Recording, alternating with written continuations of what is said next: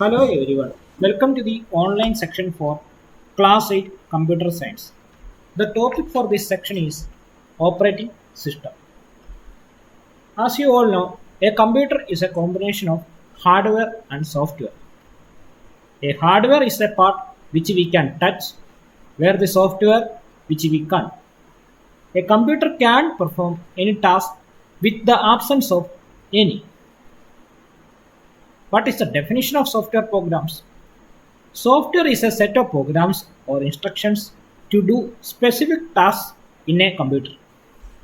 Softwares are broadly divided into two types: system software and application software. Now we are going deep into the divisions of softwares. First one, system software. These are programs designed to control computer system. Some of the examples are operating system or any kind of system softwares. Second one, application software. These are installed on system software designed to do tasks given by the user. Some of the examples are Microsoft Word, Google Chrome, Excel, etc. Now we are going deep into the topic operating system. What is the definition of operating system? An operating system, in short OS, is a system software that acts as an interface between a computer user and a computer hardware. An operating system which performs all the basic tasks such as file management, memory management, process management, handling input and output, and controlling peripheral devices such as disk drives, printers, etc. The above figure shows how an operating system bridges the gap between the user and the hardware of a computer. As you can see, an operating system links between the system softwares and the application softwares installed on a computer. Operating system also interface between the hardware components such as CPU, RAM, and input-output devices. Some of the popular operating systems are Linux, Windows, Mac, Android, etc. Now we are going to the next topic, functions of an operating system. The major functions of an operating system are memory management, process management, device management, file management, security, control over system booting, and performance. Now we are going to the first topic, memory management. Memory management refers to the management of primary memory or main memory. A memory is a fastest storage that can be accessed directly by the CPU. For a program to be executed, that should be in the main memory, or you can say the primary memory. So an operating system does the following activities for the memory management. First one, keep track of the primary memory, that is what part of the data should be loaded into the memory or not. Second one, decides which process will get memory, when and how much. That means how much memory needed to be for a program and when that memory should be allocated for that program. Third one, allocates the memory space to a task. Before the process to be started, the memory should be allocated for a specific task. Last one, deallocates the memory when the process has been terminated. That means when the process is completed, you have to just remove the memory space from the main memory so that the next process can be started. Second topic, process management. OS decides which process gets the processor, when and for how much time. This function is called process scheduling.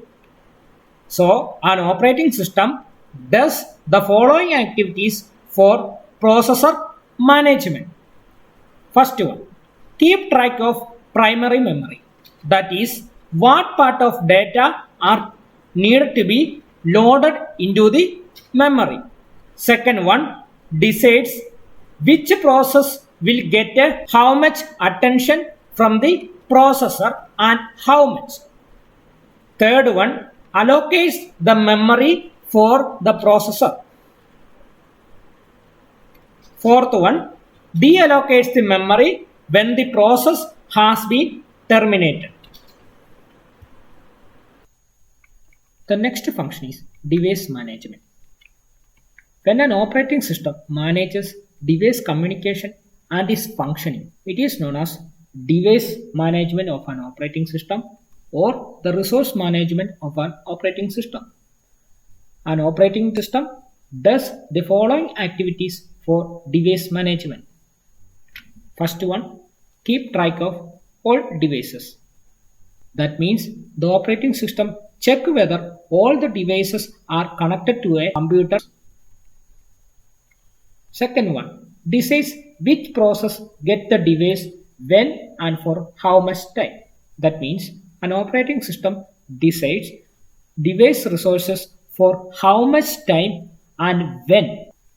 Third one, allocates the device in an efficient way. Operating system allocates the device resources in an efficient way so that all other processes will get device resources simultaneously. Fourth one, deallocates the devices. That means an operating system deallocates the devices when it is not needed so that the other process can use that device resources in the meantime. The next topic is file management. File management refers to the tracking of files and folders on a hard disk by an operating system. The major activities for file management are: first one, keep track of information, location, uses, status, etc. of a file or a folder. These collective informations are known as file systems. Second one, decides the resources for managing files and folders.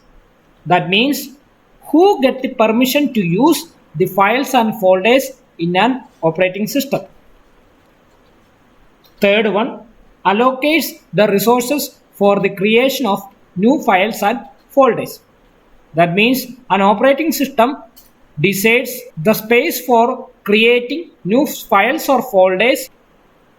Fourth one, deallocates the resources when files and folders get deleted. That means when files and folders get deleted, the operating system deallocates the space and it is being used for the creation for new files or folders. The next topic is security. It is a means of a password or any other similar techniques to prevent unauthorized access to programs or data. Next one, control over system booting and performance. First one, booting. When you turn on a computer, the OS should be loaded into the main memory before an application software. The process of loading an operating system into the main memory is known as booting. Control over system performance. It is a record of delays between request for a service or process. Based on these records, an operating system evaluates the system performance. That's it for today's classes. Hope you enjoyed this section. Thank you.